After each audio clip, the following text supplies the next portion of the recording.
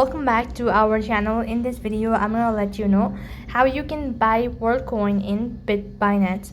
So in order to buy Worldcoin in Binance, you need to make sure that you have enough USDD. If you don't have enough, then you won't be able to proceed on.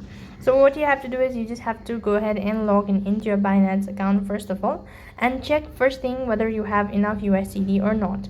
So for that, you could go ahead and go to the wallet tab, and right on this page you could go ahead and select spot, and over here you should be able to find the balances of your USDD.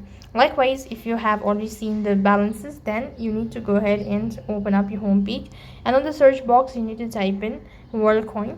So type in Worldcoin, and that's going to take you to the next field where you have to press the buy button, enter the exact amount of asset that you wish to buy, and confirm all of the transaction.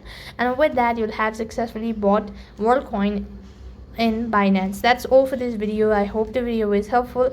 Make sure to like, share and subscribe to our channel. Thank you for watching. See you in the next video.